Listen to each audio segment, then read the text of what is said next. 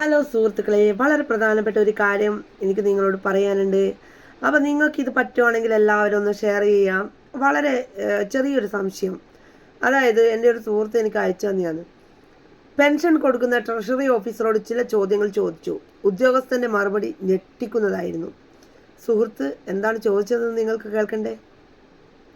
Government സർവീസിൽ പെൻഷനായി 4 ഭാര്യമാരുള്ള മുസ്ലിമായ അയാളുടെ മരണത്തിന് ശേഷം ആശ്രിത കുടുംബ പെൻഷൻ നിങ്ങൾ എങ്ങനെയാണ് വീതിച്ചു നൽകുന്നത് എന്ന ചോദ്യമാണ് ചോദിച്ചത്. ഓഫീസർ പറഞ്ഞ മറുപടി നിങ്ങൾക്ക് കേൾക്കണ്ടേ? നോമിനേഷൻ ഡീറ്റെയിൽ പ്രകാരം ഓരോരോ ഭാര്യമാർക്ക് എത്ര ശതമാനമാണോ എഴുതി വച്ചിരിക്കുന്നത് അത് നൽകും. അഥവാ നോമിനേഷൻ ഒന്നും എഴുതിയിട്ടില്ലെങ്കിൽ 25% വെച്ച് ഓരോ ഭാര്യമാർക്കും നൽകും. കേട്ടല്ലോ? ഇനി ഇവിടെയാണ് ട്വിസ്റ്റ് നടക്കുന്നത്. എൻ്റെ ഒരു ചെറിയൊരു സംശയം. അതായത് പെൻഷനായ ഒരു ഹിന്ദുവിൻ്റെ ഭാര്യ ആദ്യം മരണപ്പെട്ടു, എന്നിട്ട് അയാൾ മരിച്ചാൽ ഉടനടി പെൻഷൻ നിർത്തിവെക്കും, അല്ലേ? അങ്ങനെ ഒരു സമ്പ്രദായം ഉണ്ടല്ലോ നമ്മൾ ഹിന്ദുക്കളുടെ ഇടയിൽ. ഇത് നിങ്ങൾ ആരെങ്കിലും അറിഞ്ഞിനോ? നല്ലൊന്ന് വായിച്ചേരട്ടോ. എന്നാൽ ഇവിടെ 4 ഭാര്യമാരും മരിക്കുന്നത് വരെ ഗവൺമെൻറ് പെൻഷൻ തുടർന്നുകൊണ്ടേയിരിക്കും മുസ്ലിംസിന്. ഹിന്ദുക്കൾക്കോ ഒരു ഭാര്യ മരണപ്പെട്ട് കഴിഞ്ഞാലോ അല്ലെ ഭർത്താവ് മരണപ്പെട്ട് കഴിഞ്ഞാലോ അതങ്ങ് നിർത്തിവെക്കും. അത് എപ്രകാരമാണെന്ന് നമുക്കൊന്ന് ചെറിയ രീതിയിലൊന്ന് പരിശോധിക്കേണ്ട സുഹൃത്തുക്കളെ. കമോൺ. നോമിനേഷൻ ഉണ്ട് എന്ന് വയ്ക്കുക.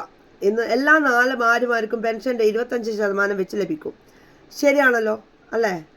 ഇതിൽ 4ൽ ഒരു ഭാര്യ മരണപ്പെട്ടു എങ്കിൽ ബാക്കി 3 ഭാര്യമാർക്കും 33.3% പെൻഷൻ ലഭിക്കും. ഇനി 4ൽ 2 ഭാര്യമാർ മരണപ്പെട്ടു എന്ന് വെക്കുക. അപ്പോൾ ബാക്കിയുള്ള 2 ഭാര്യമാർക്കും കൂടി 50% കൂടി പെൻഷൻ ലഭിക്കും. ഇതുവരെ കണക്ക് ശരിയാണോ സുധാകരേട്ടാ? ശരിയാണോ? ഇനി 4ൽ 3 ഭാര്യമാർ മരണപ്പെട്ടു എന്ന് വയ്ക്കുക. അപ്പോൾ ബാക്കിയുള്ള ഏക ഭാര്യയ്ക്ക് 100% വീതം പെൻഷൻ ലഭിക്കുന്നതാണ്. ഇനി നിങ്ങളൊന്ന് ചിന്തിച്ച്, ആദ്യ ഭാര്യയ്ക്ക് 60 വയസ്സുണ്ട് എന്ന് വയ്ക്കുക.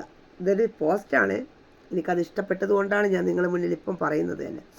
രണ്ടാമത്തെ ഭാര്യയ്ക്ക് 50 വയസ്സുണ്ടെന്ന് വെക്കുക. മൂന്നാമത്തെ ഭാര്യയ്ക്ക് 40 വയസ്സുണ്ടെന്ന് വെക്കുക. കൂടാതെ 4ാം ഭാര്യയ്ക്ക് 30 വയസ്സുണ്ടെന്ന് വിചാരിക്കുക. ഇനി മരണപ്രായം 70 വയസ്സായി കണക്കാക്കുക. 90 വയസ്സ് വരെ ജീവിതം ഉണ്ടെങ്കിലും 70 മതി. അങ്ങനെയെങ്കിൽ ആദ്യ ഭാര്യ 10 വർഷം, 2ാം ഭാര്യ 20 വർഷം, 3ാം ഭാര്യ 30 വർഷം, 4ാം ഭാര്യ 40 വർഷം. അങ്ങനെ കിട്ടിയാൽ 100 വർഷം ഇദ്ദേഹത്തിൻ്റെ പെൻഷൻ ഗവൺമെൻറ്റിൽ നിന്നും വാങ്ങിച്ചെടുക്കും സുഹൃത്തുക്കളെ. എന്താ അല്ലേ?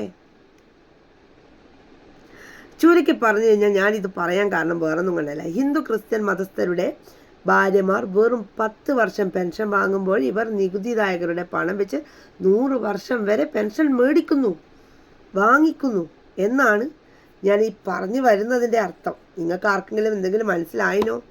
എവിടെ ഇതൊന്നും മനസ്സിലാക്കേണ്ട വിവരവും ബുദ്ധിയും നിങ്ങൾക്ക് ഉണ്ടാവില്ല. എന്താ ചെയ്യുക? ഇതിനും ചീത്ത പറയുന്ന ഒരുപാട് ആൾക്കാരുണ്ട്. ഇതിലും മതം കുത്തിക്കയറ്റി എന്ന് പറഞ്ഞാൽ ഞാൻ സ്വാഭാവികമായിട്ട് ചോദിക്കുന്നതാണ്. കാരണം എൻ്റെ അച്ചാച്ചൻ്റെ മരണശേഷം അമ്മമ്മക്ക് പെൻഷൻ കിട്ടിയിട്ടുണ്ടായിരുന്നു.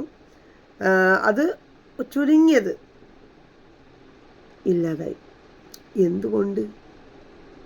ഇപ്പം മരിച്ച ആൾക്കാരെ പെൻഷൻ പോലും ഉപയോഗിക്കുന്ന കാലഘട്ടമാണ്. അപ്പം പിന്നെ പറഞ്ഞിട്ടൊന്നും കാര്യമില്ലല്ലേ. എന്താ ചെയ്യുക? ഉത്തരേന്ത്യയിൽ 90 കഴിഞ്ഞവർക്ക് വരെ 30 വയസ്സുള്ളവർമാർ 4ാം ഭാര്യ വരുന്നത് ഇതേ ടോപ്പോളജി കണ്ടിട്ടാണ്.